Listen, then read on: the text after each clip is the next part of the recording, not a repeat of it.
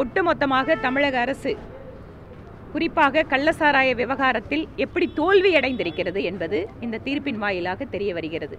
கிட்டத்தட்ட சொல்ல வேண்டுமென்றால் இது மாநில அரசு ஒரு புறம் டாஸ்மாக் கடைகளை திறந்து வைத்துவிட்டு இன்னொரு பக்கம் இம்மாதிரி ஆளுகின்ற அரசாங்கத்தின் ஆதரவில்லாமல் இவ்வளவு பெரிய ஒரு உயிரிழப்புகள் நடப்பதற்கான வாய்ப்புகளே இல்லை. ஆளும் கட்சியினுடைய ஆதரவின் காரணமாக பதுங்கி இருக்கக்கூடிய அல்லது காவல்துறை கண்டுகொள்ளாமல் இருக்கக்கூடிய நபர்கள் எல்லாம் இந்த சிபிஐ விசாரணை வழியாக வெளியே வருவதற்கான வாய்ப்பு இந்த தீர்ப்பின் வழியாக கிடைத்திருப்பது எங்களுக்கு சந்தோஷம். சிபிசிஐடி சிறப்பாக செயல்படுதுன்னு முதலமைச்சர் தெரிவித்தார். சிபிசிஐடி சிறப்பாக செயல்பட்டிருந்தா அந்த ரிப்போர்ட்டை மாநில அரசோட ஆர்கியூமெண்ட்டை ஹைகோர்ட் இன்னைக்கு ஒத்துருக்கணுமே. ஏன் ஹைகோர்ட் ஒத்துக்கல? அப்போ மாநில அரசுக்கு இது எவ்வளவு பெரிய தோல்வி.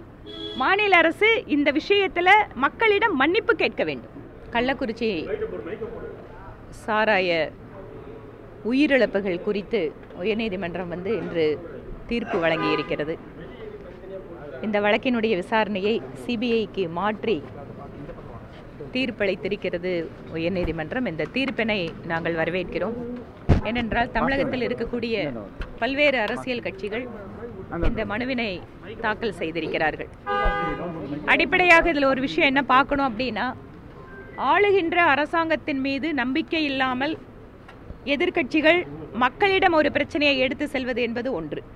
இரண்டாவது, அரசியல் கட்சிகள் உயர்நீதிமன்றத்தை நாடி இன்று ஒரு தீர்ப்பை பெற்றிருக்கிறார்கள் என்றால் எந்த அளவிற்கு மாநிலத்திலே இம்மாதிரியான சட்டம் ஒழுங்காகட்டும் அல்லது உயிரிழப்புகள் குறிப்பாக கள்ள சாராய சாவுகள் என்பது குறித்து மாநில அரசு எந்த அளவுக்கு அதில் கவனம் கொண்டிருக்கிறது என்பதெல்லாம் இந்த தீர்ப்பின் வாயிலாக இப்போது தெரிகிறது.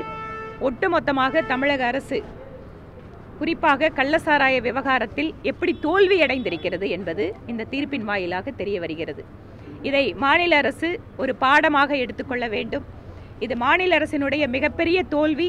இதை தமிழகத்து மக்களிடம் ஒரு எதிர்க்கட்சி என்கின்ற வகையிலே அரசியல் கட்சியாக நாங்கள் இதை எடுத்துச் செல்வோம். நிச்சயமா எதிர்பார்க்கிறோங்க. ஏனென்றால் இந்த கள்ளசாராய விபத்து நடைபெற்ற போதே, விபத்து இல்ல, இது கிட்டத்தட்ட சொல்ல வேண்டுமென்றால் இது மாநில அரசு ஒரு புறம் டாஸ்மாக் கடைகளை திறந்து வைத்துவிட்டு இன்னொரு பக்கம் இம்மாதிரி ஆளுகின்ற அரசாங்கத்தின் ஆதரவில்லாமல் இவ்வளவு பெரிய ஒரு உயிரிழப்புகள் நடப்பதற்கான வாய்ப்புகளே இல்லை.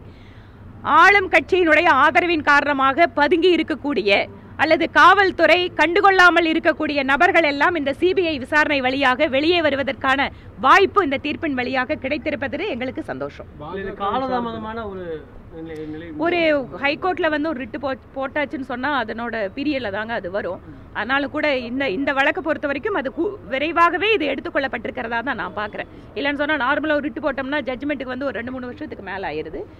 இந்த விஷயத்துல பரவாயில்ல, கோர்ட் சீக்கிரமாகவும் அரசியல் தலையீடு இருக்கலாம்னு சொல்றீங்க. இப்ப சிட்டிங் எம்எல்ஏக்களுக்கு கள்ளக்குறிச்சி மாவட்டங்களில் பிரச்சனைகள் வர்றதுக்கு வாய்ப்புகள் இருக்கா? நான் இந்த வாய்ப்புகள் எப்படி இருக்கு என்னங்கிறதுக்கு நான் ஜோசியை சொல்றதுக்கு நான் இல்லை. ஆனா சிபிஐ விசாரிக்கின்ற பொழுது உண்மை தெரிய வரும் என்கின்ற நம்பிக்கை எங்களுக்கு இருக்கிறது. சிபிசிஐடி சிறப்பாக செயல்படுதுன்னு முதலமைச்சர் தெரிவித்தார். சிபிசிஐடி சிறப்பாக செயல்பட்டிருந்தா அந்த ரிப்போர்ட்டை மாநில அரசோட ஆர்கியூமெண்ட்டை ஹைகோர்ட் இன்னைக்கு ஒத்துருக்கணுமே.